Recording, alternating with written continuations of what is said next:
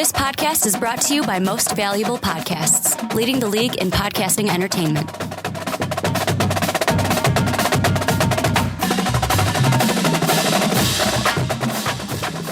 Hello, college football fans, and welcome to the Primetime Podcast. My name is Ricky Widmer, and as always, I'm joined by young_Swan19, Brandon Swanny. Hey. And Swanson, today what we are going to talk about is we did the Heisman stuff, college football playoff. We're going to push down the line a little bit. We're going to do that next week.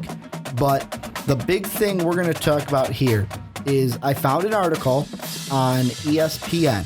And for our ESPN insiders, I'm going to leave the link down below in the comment section if you want to actually look at the article. This is an article by Travis Haney of ESPN. And basically what we're going to do, Brandon, is we're just going to go through 1 through 10 on this list and just give our thoughts of, are these coaches really on the hot seat? If they are, what do they have to do to get off of the hot seat? And virtually, are they going to get canned at the end of this season? So we got 10 coaches. We're going to start with number 10, Mark Richt, Georgia, and his record over 14 seasons, 136 wins, 48 losses. It's like, the first thing I think of is, really, Georgia's head coach is on the hot seat? Like, I get it. They're not perennial SEC champions, but I see a 136-48 career record over 14 seasons, and I go, that's pretty good. Usually you don't see that and say, oh, well, that's a coach that's going to be on the hot seat. No, not at all. And I think right now the reason why we're talking about Mark Richt is that they saw some really poor performances at the end of the season last year. They had a terrible performance against Florida. And I think that you expect a team like this, a Georgia team who I think is pretty darn good. I mean, they have talent. They can't flop like that at the end of the season. You know, you just can't do that. And especially to a team that's, I think, far inferior to you. When you do something like that, you piss off your fans, and you're going to piss off the rest of the people who are in charge of hiring you and saying, you know, what are you doing? Do you not have the players ready? You know, AD's probably all over him like, what's going on? Our players are better than theirs. And I get the Florida loss, but I mean, looking at last season in particular, 10-3 season, they had key wins. Beating 16 Clemson at the beginning of the season. October 11th, winning on the road at number 23, Missouri. They beat number 9 Auburn at their place. They beat number 21 Louisville in their bowl game on December 30th. However, you look at their losses. Florida, unranked. South Carolina, on the road, number 24 team at the time. And then you can't lose to your rival. I know they were the number 26 or the number 16th team. You lost in overtime, but if you're Georgia, you got to beat Georgia. That's the one game. Like, I would say, you know what? You got to win every one. But if I can only pick one game to win, that's the one I circle. Like, that's the one you got to win, is the one against your rival. Any coach who is 136-48, who averages about 9.7 wins per season. 136-48 in 14 seasons.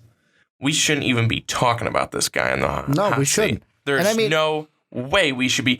These types of guys should be on the top 10 list of guys who have the safest job in college football. Well, and here's the only reason why I think Georgia's Mark Richt is at number 10.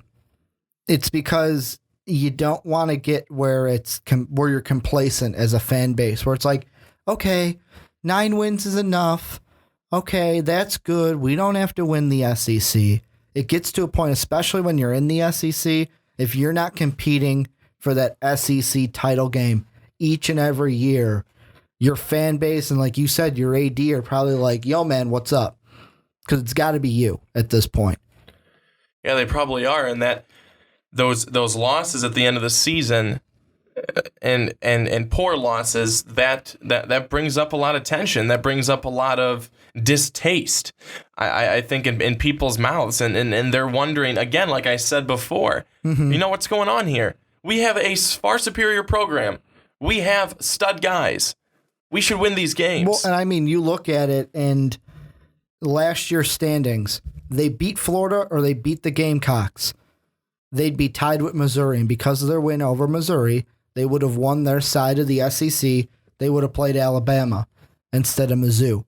However, you lose to a Florida team who finished 4-4 in the SEC, 7-5 overall, and you lose to Spurrier's Gamecocks, who were 3-5 in the SEC and 5-7 overall last year.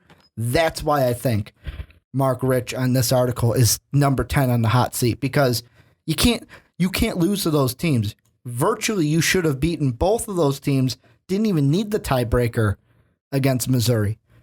That's why he's on the hot seat. Do I feel like this season he will get fired at the end? No, he's not gonna.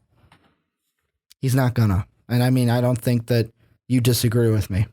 No, not at all. The next one on the list. Tell us who number 9 is. We've got Kyle Whittingham from Utah, record of 85-43 in 10 seasons. And again, this guy having a little bit of a rift with his athletic director. And he, of course, says that the in-house things are overblown. And when he says that, that means that they totally were not overblown. Well, and last year, I'm going to look at the record right away for last season. 5-4 in the Pac-12, 9-4 overall. And when I look at a record like that, I go, okay, you're probably playing cupcake games, which they kind of did. I mean, Idaho State's a cupcake. Fresno State, you beat them. When I see 59-27, I'm going to assume a Derek Carless Fresno State team is a cupcake.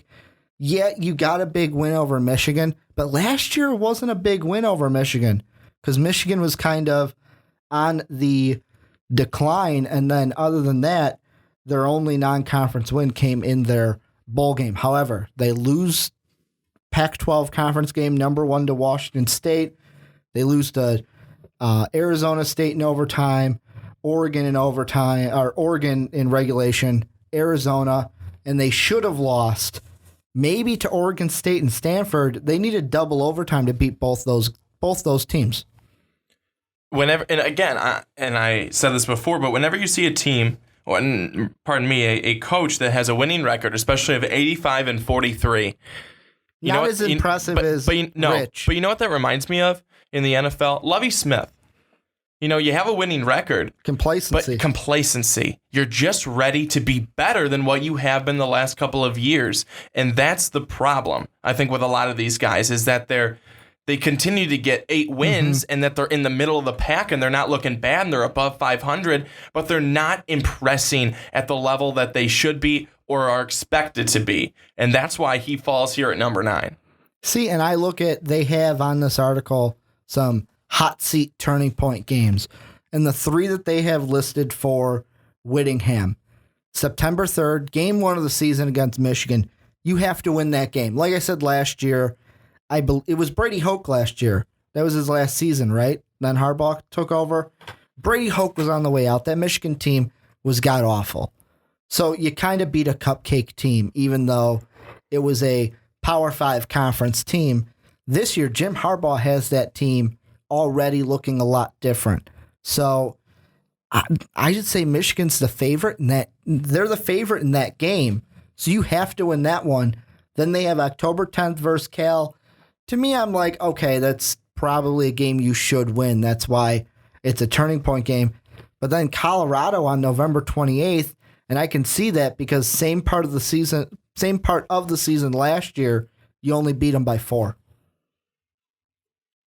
And that's crazy. I mean, that's crazy. But it's games like that you never know what to expect, I think. This year could come out and They could blow them out or be blown out by 30. I mean, you just never know. Will they? Probably not. But I'm just saying, it's those games are the tricky ones, but those are the games that you have to win to be able to really have that security going forward. And I mean, last year was the team's first bowl game since 2011. When you finish 8-4, it's kind of 8-4 is okay. It's kind of like another team we're going to get to higher on this list. It's almost like when you finish with 6 wins and it's like, oh great, we're 6-6, we get a bowl game. Great. Like you were happy we're in a bowl game, but we finished 6-6. This isn't good, especially in a conference like the Pac-12 where Arizona, Oregon, Arizona State, USC, UCLA, these teams are only getting better. Even Stanford. These teams are only getting better, and if you don't get better with them, they're just going to bury you. They're going to bury you. Number 8 on the list. This is a guy I kind of feel sorry for because he's only got 1 season under the belt at Vanderbilt, but Derek Mason. He went 3-9 last season. 3-9. However, it's kind of hard to fill the shoes of James Franklin after he goes to Penn State. It was a little bit hard to fill those shoes, especially in the SEC. Yeah, it is. I'm looking at the schedule this year for Vandy, who was just god awful. 3-9. They also 0-8 in conference. Yeah, they were bad. They play Georgia week 2, at Ole Miss week 4. Mm-hmm. Week 6, they're at South Carolina, followed by Missouri. 2 weeks later, they're at Florida. And then the last 2 weeks, it's home against Texas A&M and at Tennessee. And this is a team that in 2013, the last year of the, like I said, James Franklin era, that was a 9-4 team. They went to the BBVA Compass Bowl, beat Houston in that game 41-24. That, I mean, conference-wise, they weren't great that last year under Franklin. That's why I feel like he left and booked it and went to Happy Valley to be with the Nittany Lions. But, I mean, going from 4-4 to then 0-8 in the conference last year, I feel like Vanderbilt, if you're the AD, you're going, okay, you get one more season to turn this around or I got to bring in a guy who will, kind of a thing. Do you think he does turn it around this year? I mean, well, one, do you think he's going to be better? I really don't know. And the reason why is because it's kind of like what we talked about with Utah, except worse because it's the SEC. I mean, the SEC East isn't as competitive as the SEC West. Teams like Kentucky, Florida, South Carolina. I'm sorry, Vol Nation. I'm going to throw in the Volunteers too. Those kind of teams are all going to try to fight it out for 3 through last in the West. However, it's going to be, can you knock off top dog Missouri? Can you knock off the top, literally a bulldog in Georgia? Because the way I see it, Mizzou and Georgia are going to fight for the top. Maybe the Vols up in there, but Florida, Tennessee, South Carolina, Kentucky, all fighting for that 3rd through whatever. And Vandy, it's like, are you going to compete with them? Or are you just going to be a bottom feeder? And I don't mean like bottom feeder as like, oh, we won 2 games. I mean complete bottom of just scraping the dirt at the bottom of the ocean. So you really don't have any hopes for this team. High hopes, at least. Well, the silver lining is at least you don't have to play in the West. At least you don't have to see Alabama, Mississippi State, Ole Miss, Auburn, and LSU for sure. If they were there, they'd be 0-8 again. Screwed.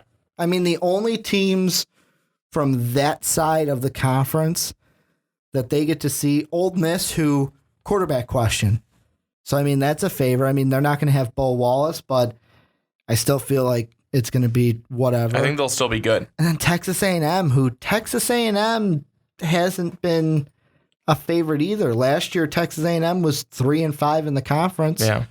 So, I mean, at least that's a good thing in your favor is you don't have to play any of the top dogs from the SEC East or SEC West, but the SEC East, you got to at least battle it out with Kentucky, South Carolina, Tennessee, and Florida. I think if you win 3 or 4 of those games and lose to Missouri and Georgia, you can keep your job if you're Derek Mason. I mean, Vandy Nation, Commodore Nation may disagree with me, but I feel if you go at least 3 wins in your division, I'm not saying overall, just in your division, it's like, okay, improvement from last season. You have to also be, in my mind, you have to be competitive against Missouri and you have to be competitive against Georgia. They have to be close games. Because if you aren't competitive against the best, what does it matter? It doesn't matter if you can beat another team that's on the bottom end. Mm-hmm. That does not matter. Great, you got to win. But how'd you play those really good teams? Were you competitive? Were they competitive? Did you get blown out? You have to also beat Western Kentucky, Mid-Tennessee, and at Houston. And Mid-Tennessee's at Mid-10 too, because Mid-Tennessee and Western Kentucky, those are CUSA teams. Those are teams, if you're in the SEC, you are expected to win those games. And for me, if you lose any of those games, any one of them, don't come back next season. Just don't come back. Tell us who we have at number 7 on our list. And number 7 on our list, we have got Paul Rhodes, Iowa State, 29-46 in 6 seasons. Pretty rough record. Pretty rough team, honestly. Another 0-9 in conference. Yeah. Another 0-9 in conference. And yeah. I mean, not good. I just see Iowa State to me, like a few years ago, it seemed like they were good and they were on the rise. But I don't know what happened this past year to Iowa State they just fell off. Last year, I mean, when you come out and you lose 34-14 to North Dakota State, I know North Dakota State is like ex-defending champion of the FCS, but they're an FCS team. You should be able to beat them. No doubt about it. And when you lose that game, it's like, really, we lost to an FCS team. I mean, they're bad. 0-9 in the conference, as you said. 2-10 overall. 1-6 at home. 1-4 on the road. That's horrible. That is beyond horrible. And if I'm a fan, it doesn't fly. Your only saving grace last season, Cyclone Nation, was you beat Iowa on the road. But you only won by 3. But you beat them. You beat your rival. Iowa's another one with a head coach on the... Are they? Is one on of the them hot on this seat? list? So that'll be coming up later. There's a few. I'm just gonna say right now, 1, 2, 3, 4 Big Ten coaches. Yeah, on this list of the bad teams. 4 Big Ten coaches, but I mean, with Paul Rhodes, here's the games it comes down to: Northern Iowa, Toledo, Kansas, Texas Tech. Those are the must wins. Those are the turning point games. If you lose them, you may not be coming back. Paul Rhodes says, "We are far from the worst team we've put out there. We're better than most people think we are." He's made those comments. He's got to back that up this year. Well, I mean, this is a team last year, like I said, 0-9, 2-10 overall. We go to 2013, 3-9, 2-7. Then you have a 6-7, 3-6 team in 2012. The last time this team had a winning record, we have to go all the way back. I'm at 2010 and I'm still not there. We have to go to 2009. 2009, which was when they finished 7-6. That's the last time this team had a winning record. That's really bad. And I think, it may be time for a change here. I mean, the basketball coach, they got a new basketball coach. Why not get a new football coach? They got a new basketball coach because he wanted to leave. Yeah, well, he left for our home city of Chicago. And I'm looking back, that season, that 2009 season was Rhodes' first year. and I'm just going to throw it out there. That was not his recruits. So he got a winning record without his recruits ever since we've come in. It's kind of like that thing you got to look at when a head coach comes in, and this is the saving grace for Derek. Well, I mean, 0-8, it's probably not a saving grace, but a big thing is you can't really judge a head coach, in my eyes, until maybe year 3, year 4 of them being with the team, because it takes them a time to get recruits in. Those freshmen that they bring in, not everyone's bringing in guys who can start day one. So if we take that and let's say, okay, Ricky, 1, 2, 3, his 4th season with the team, 6-7. 6-7 was their overall record. So it's 6-7, 3-9, and then 2-10. That's not good. You're going down with your own recruits. Well, how about this? 5 victories in 2 seasons. That's not good. That's really not good at all. Especially in a conference that, I mean, your top dogs that go 11-2 and 12-1 can't even make the college football playoff. I mean, I really think that something like this is where, yes, you want to, as an athletic director, be able to back your head coach. But eventually, no matter how much you like them, they've got to start to produce for you. Just like the players have to start to produce for the coach. So it's a really sticky situation, but, something's got to give. Let's move up to number 6 on the list. Kevin Wilson, 14-34 in 4 seasons with the Hoosiers. And with Indiana, it's kind of been, they've always been that just bottom of the team. I mean, this last season, they were I believe they were diced into they were used to be with like Illinois, Minnesota, Nebraska, that side. Now they got diced in with like Penn State, Michigan, Rutgers, Maryland.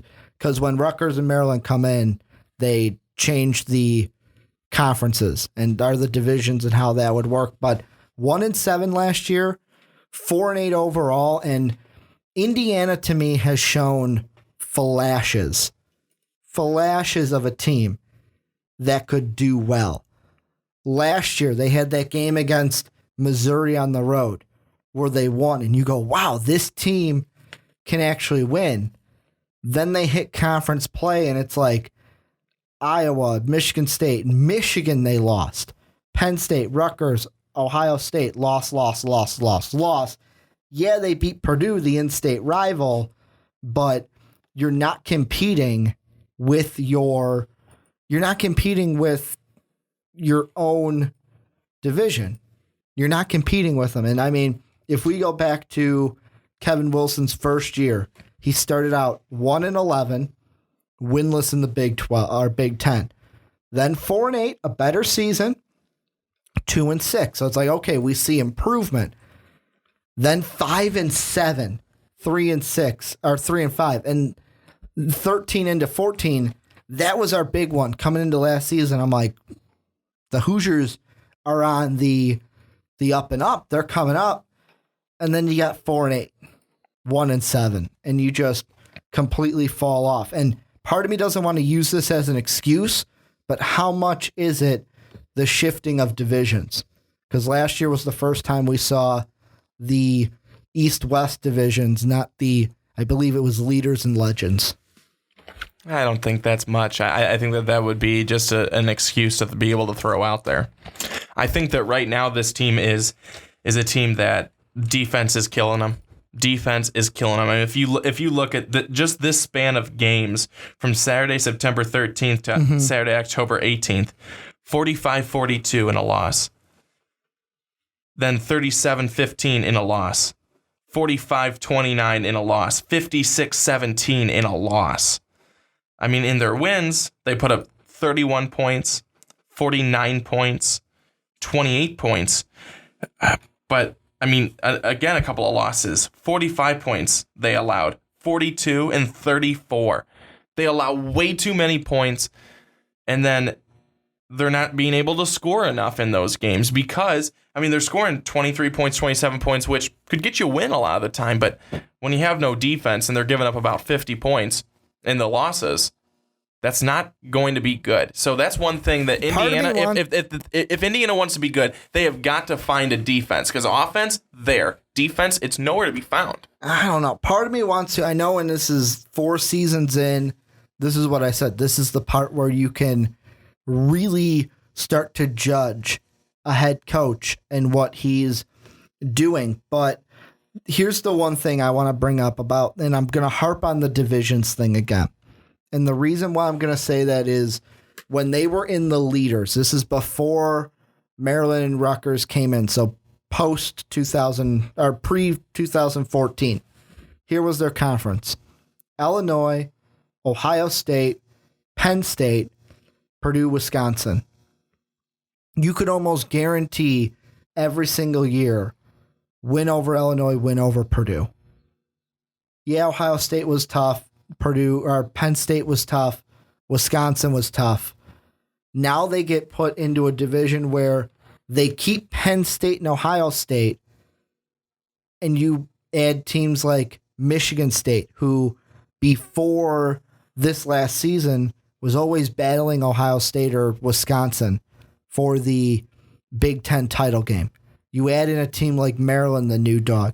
You add in Michigan to their conference. And I think last year was just hey, you know what? We had to adjust to the new conference. We had to adjust to playing Michigan State, who we're not used to playing each and every season. So this year is going to be, for me, it's going to be that judge season where I kind of feel like at the end of it, he's not going to get canned.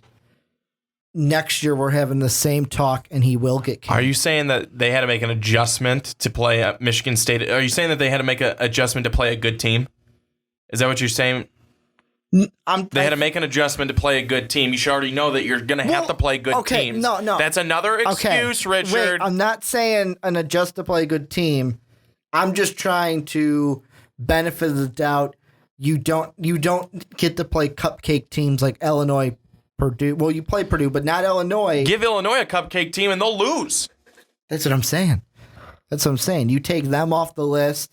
Purdue was still on the list and they beat them. Of course, they're going to play Purdue, but every single team in that East division with them, they lost. They lost to every single one of them. And I feel like if they're in the old division, they have 2 wins in the conference. But moving on up, another Big Ten coach, number 5. Give it to us. Daryl Hazel, Purdue, 4-20 in 2 seasons. My buddy would tell me, get rid of his ass. No, you got to. This is the only 4 wins in his 2 seasons as head coach. We're going to look into it. This last year, his only 2 years, one of them was against Illinois. I already know that because I watched that game. I believe the backup quarterback, Applegate, I think he was the backup. The starter got injured. Applegate came in. Or Appleby, that was his name. Oh, we should have won that game. Illinois should have won that game. It was our home game. So they beat Illinois. They beat Southern Illinois. So an FCS team and a Big Ten team that could be an FCS team. That was their 2 wins last season. Their only other win the year before, Indiana State. So Indiana State, you have Illinois and Southern Illinois. And Western Michigan. I've forgotten Western Michigan last year. Purdue's really bad. So they were 3-9 last year. Because I believe Indiana State's an FCS team too, right? In the conference, Purdue was 1-7. Division, 1-5. They're bad. Yeah, 2 FCS teams, a MAC team, and then, like I said, a Big Ten team that probably should be playing in the MAC. I mean, that's what you lost. That's horrible. I feel bad for some of these teams. I understand, sometimes you have transition, but good God. I mean, it's just bad. I don't think Purdue's, as long as I've remembered, Purdue has not been known for having good football teams. They've got to get back to to that. I mean, they've got to put some thought and precious time into their football program. The year before Hazel came in, this was a 6-7 ball team. And then the next year, his first year, they go 1-11 and don't win a single game in the Big Ten. And then last year, you make the improvement where you win a couple more games and you win a Big Ten game. However, I feel like like I said, this is the easier portion of the Big Ten. And if you can't, Illinois, we know you can beat. If you can't beat Northwestern, Iowa, and at least get up and fight to get to the middle of that Big Ten West, something's wrong. Because to be honest, is Purdue going to contend for the Big Ten? No, they're not going to. No, they're not. Something needs to change. And this year, I'm going to say it kind of goes to what I've been saying, the kind of 4-year plan. This is a case where you can say, okay, year number 3, this is it. What can you do? And some of the big turning point games that Purdue can have at Marshall versus Bowling Green. If they lose against Bowling Green, that'll be bad. Versus Illinois versus Indiana. Really quick thing. You talk about this 4-year plan. A lot of these teams don't have time for a 4-year plan. I know. See, that's the thing.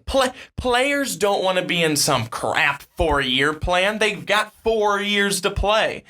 Fans don't want a 4-year plan. White Sox came out with a 3-year plan. How's that going? Not good. I mean, fans don't want to see plans like that. They want to be able to win now. They want to be good now. 2 years at the most. Give me a 2-year plan, and I'll give you a big old high five. Because if that's what it takes, if it takes you 2 years to turn it around, that's okay. See, and that's you should learn a lot in your first year. It shouldn't take 3.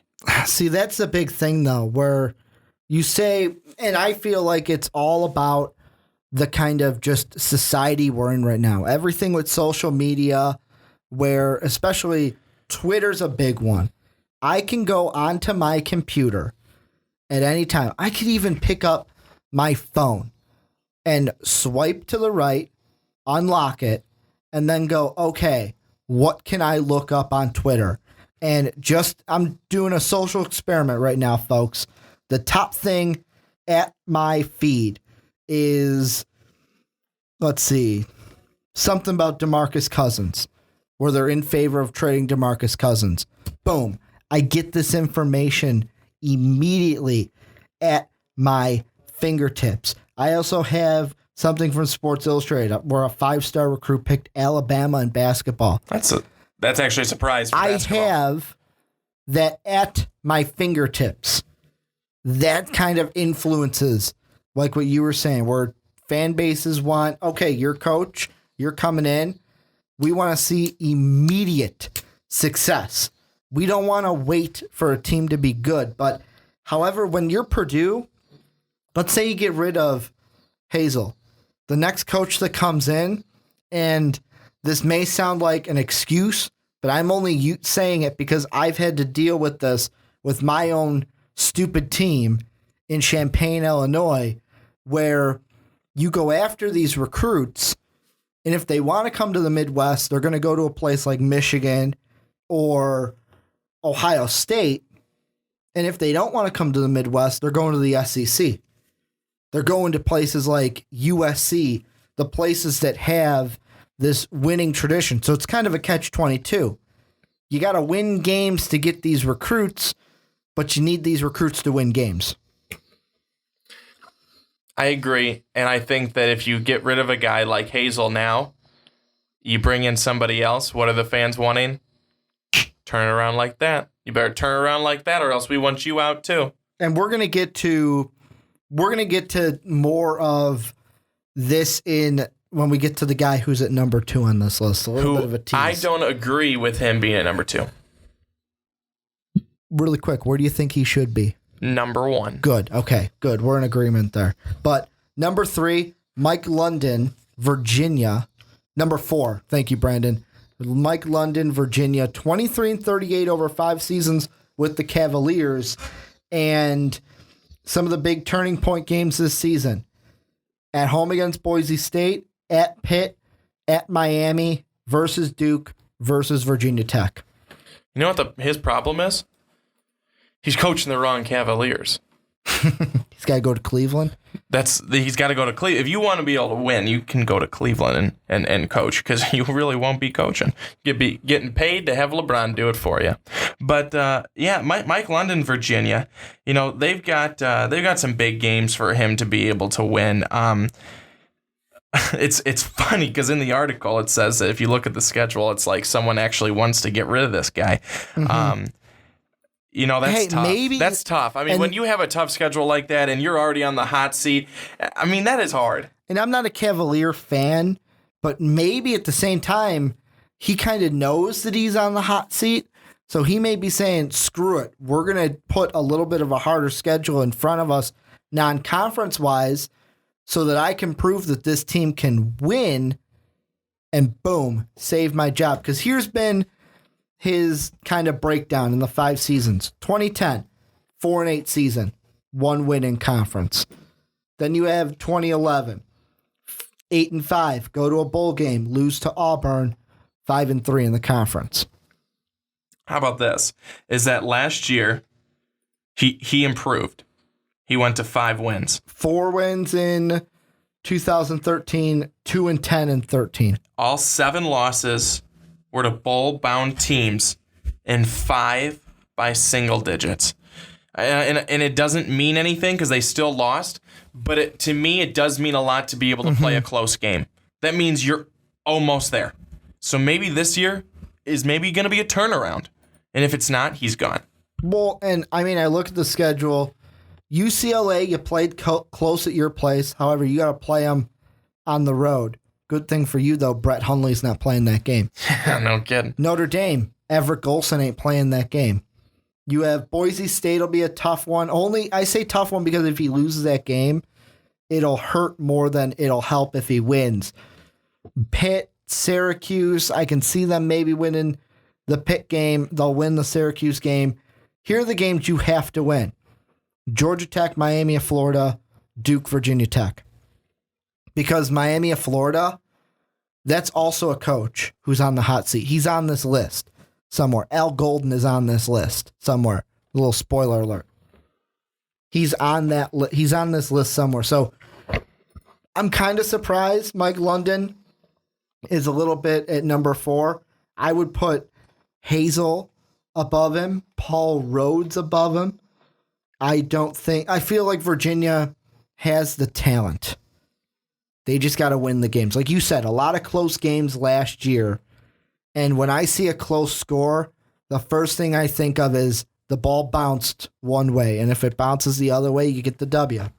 And one thing that they're saying is that if London were to lose this job, front runner to get it, Mac Brown, former Texas head coach. Do you think Mac Brown really comes back?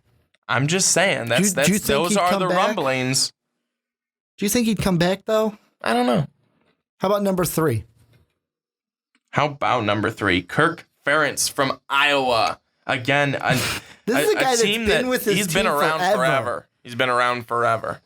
And he's got a 115-85 record, again, a winning record, but a guy who's high on the hot seat list. This is one of those things where it's, what have you done for me lately, coach? What have you done for me lately? That's what this is.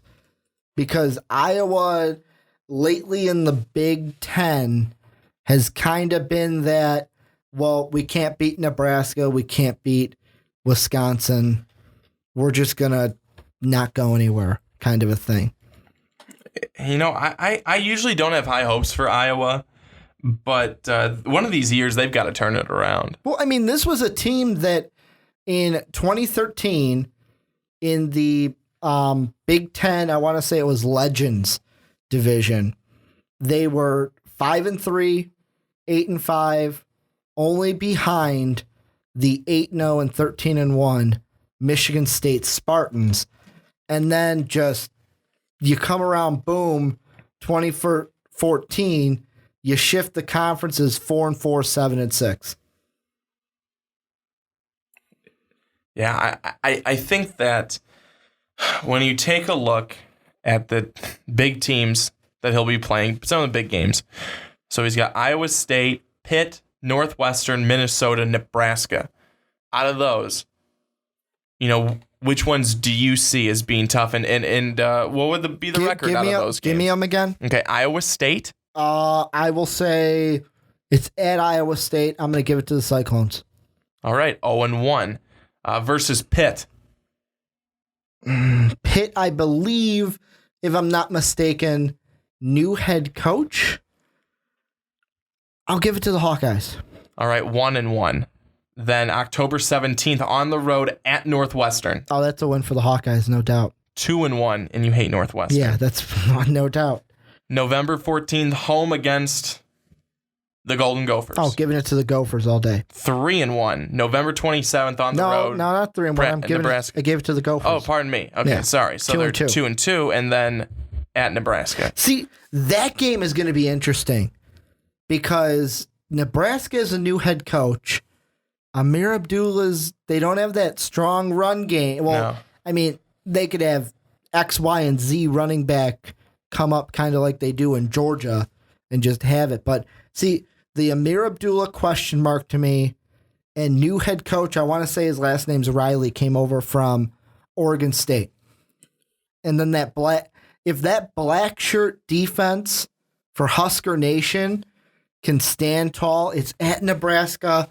Right now, I'll give it to the Cornhuskers. So 2-3 in those games. 2-4. 2-4. Right? 1, 2, 3, 4, 5. And I gave them 2.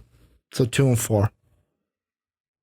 2-4. Because you had Iowa State, Pitt, Northwestern, Minnesota, Nebraska. That's 5 games. So how would they go 2-4?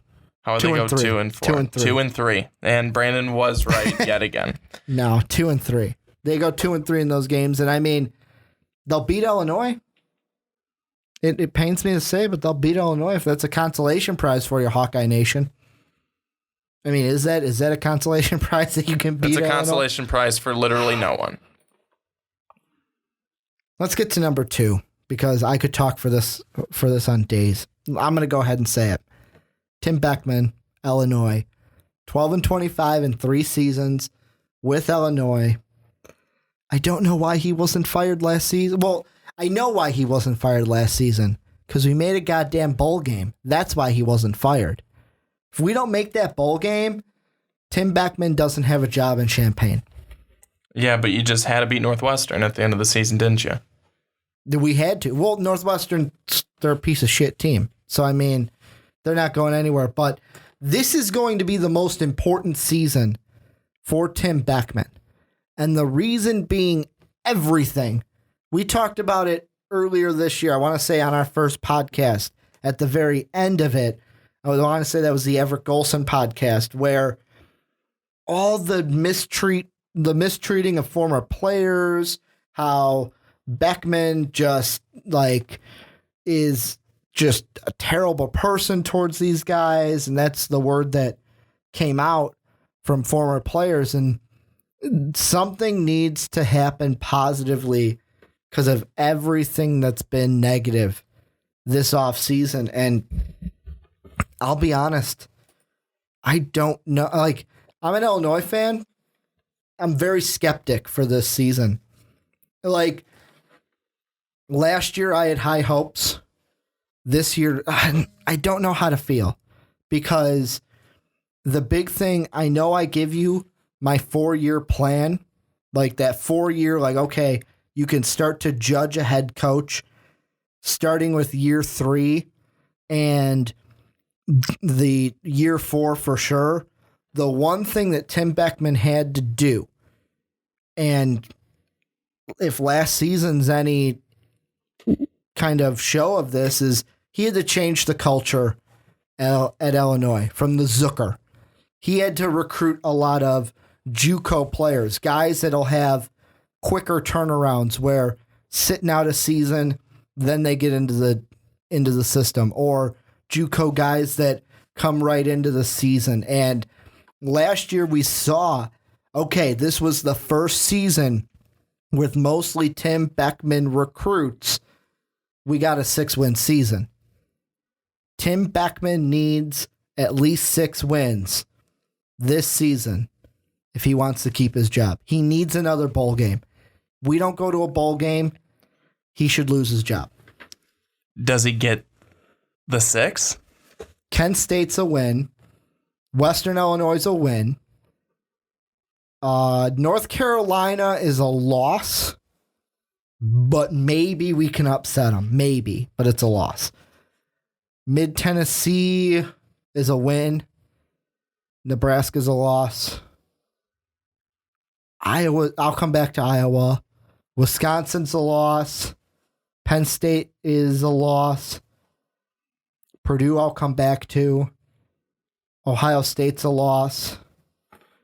Minnesota, that's an interesting one. We beat them last year at our place, but this is going to be at Minnesota. I'm gonna say we can beat them again, and then we beat Northwestern.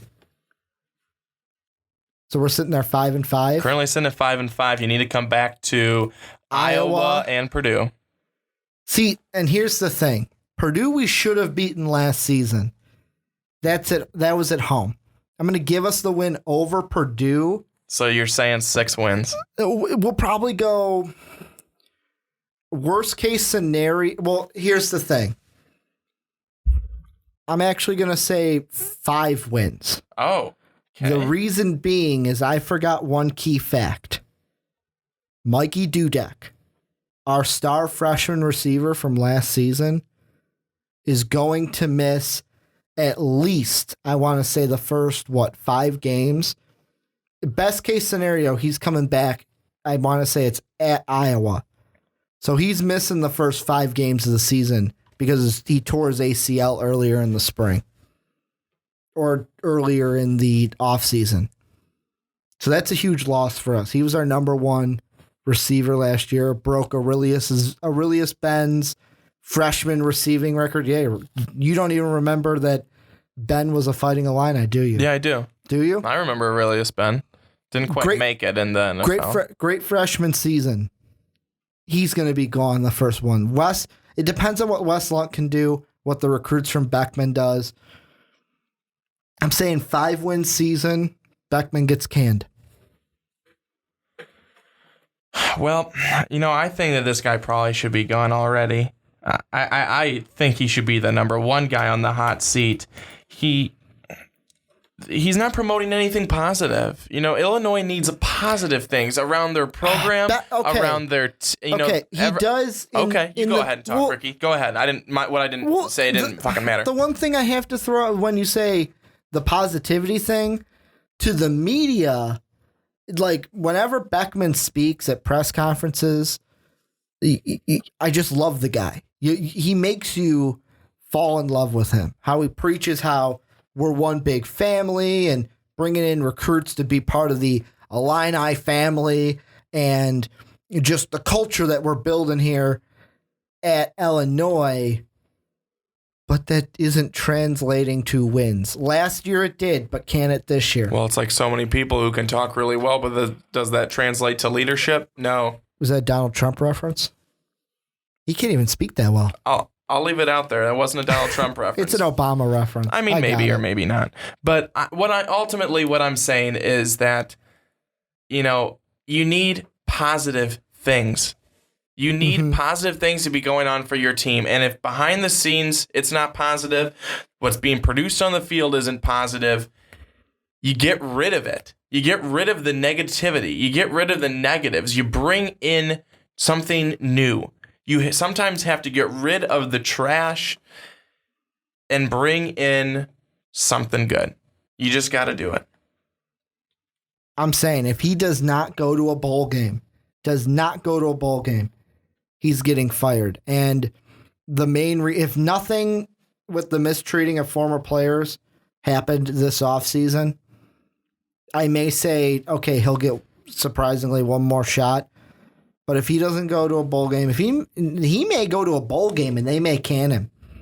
But this was the guy me and Brandon were saying should be number 1 on the list.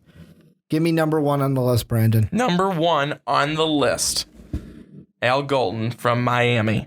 28-22 in 4 seasons. And if this guy doesn't find a defense, well, he's gone. You know what's funny about this guy? This was the main guy that when I was an editor for writingillini.com on the fan-sided network, my co-editor wrote an article. I believe it was my co-editor. Maybe it might have been a staff writer. Wrote a beautiful article about the 5 coaches that could take over for Beckman if he got fired at the end of last season. This guy was, I believe, number one on the list to that this writer believed should take over the job at Illinois.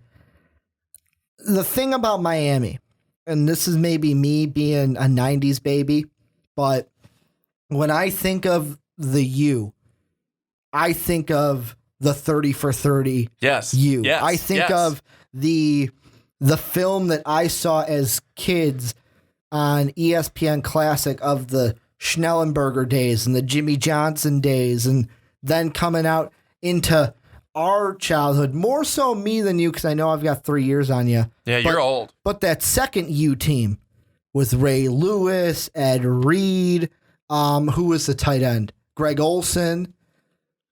That U team, just as good. And now it's like the U's kind of lost that identity, in my opinion. Devin Hester. And I don't know if this is how it was, but I felt like, for so long, the U was so good. Then all of a sudden one year I was like, oh, University of Miami, man, they're good. And someone goes, no, they're not. Like, that quickly, it just changed. It was just like what a happened? light switch. What just happened? like a light switch. They used to be so good. I mean, you said University of Miami. People wanted to go there. You didn't even have to say that. They wanted to be a Hurricane. All you had to do was say the U. I mean, that's what they wanted. I mean, I remember my cousin when he wanted everything Miami. Keep it coming. Miami. That's what we wanted for Christmas every year. Miami sweatshirt. I'm like, how many do they have? But the thing is that it's really sad, but teams fall from greatness and they come into greatness so quickly.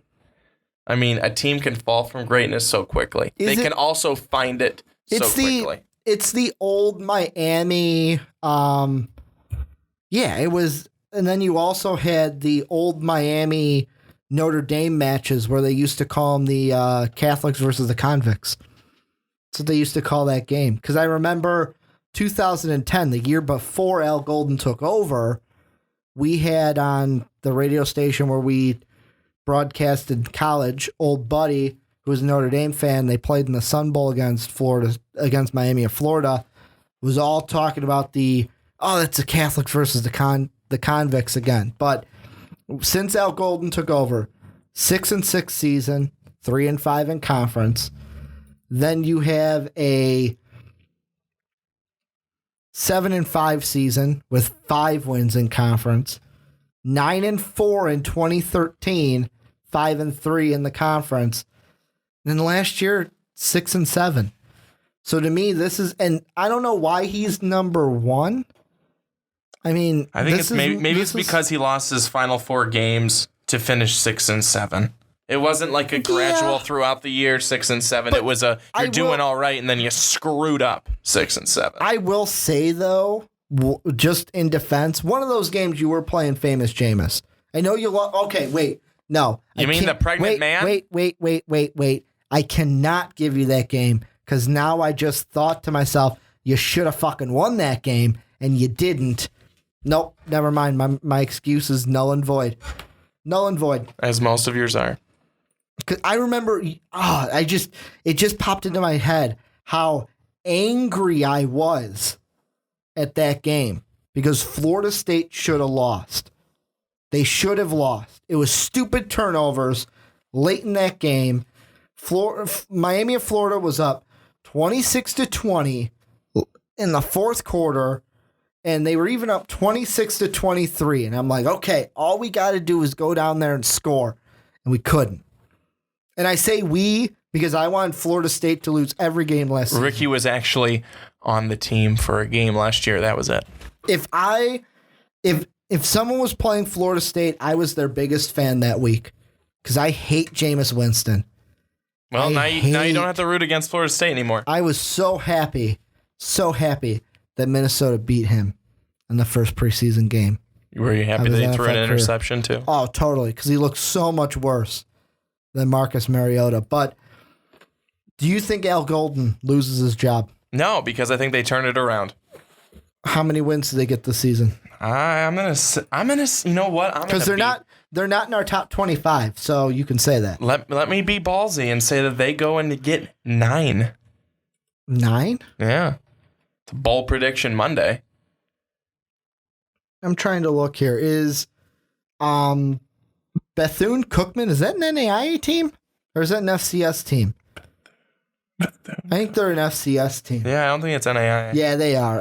I totally thought for a second, I'm like, they're playing an NAIA team, but really this year, I mean, Florida State's not going to be as good as they were. Virginia, that's a game where you're playing a coach that's on the hot seat as well. You just got to stand strong in the schedule. I mean, Cincinnati may be tough. I love that they're playing Nebraska again. Just like I said, that old Hurricane Cornhusker battle like we used to see in the BCS title game. But any last thoughts on any of these coaches before we wrap up this podcast, Brandon? Again, I would just say that I think that Tim Beckman should be number 1. Oh, he should be number 1. He should be fired at the end of the season. Should be fired. There's no doubt. I want to ask you one last thing, and we're going to squeak this in there. Ricky Tound, he enrolled early in the spring to USC, quarterback, 4-star recruit, announced that he is transferring from the Trojans. I'm going to give you 4 teams. You tell me who he transfers to. You ready? Ready for this? Florida, Pitt, Colorado, or Notre Dame?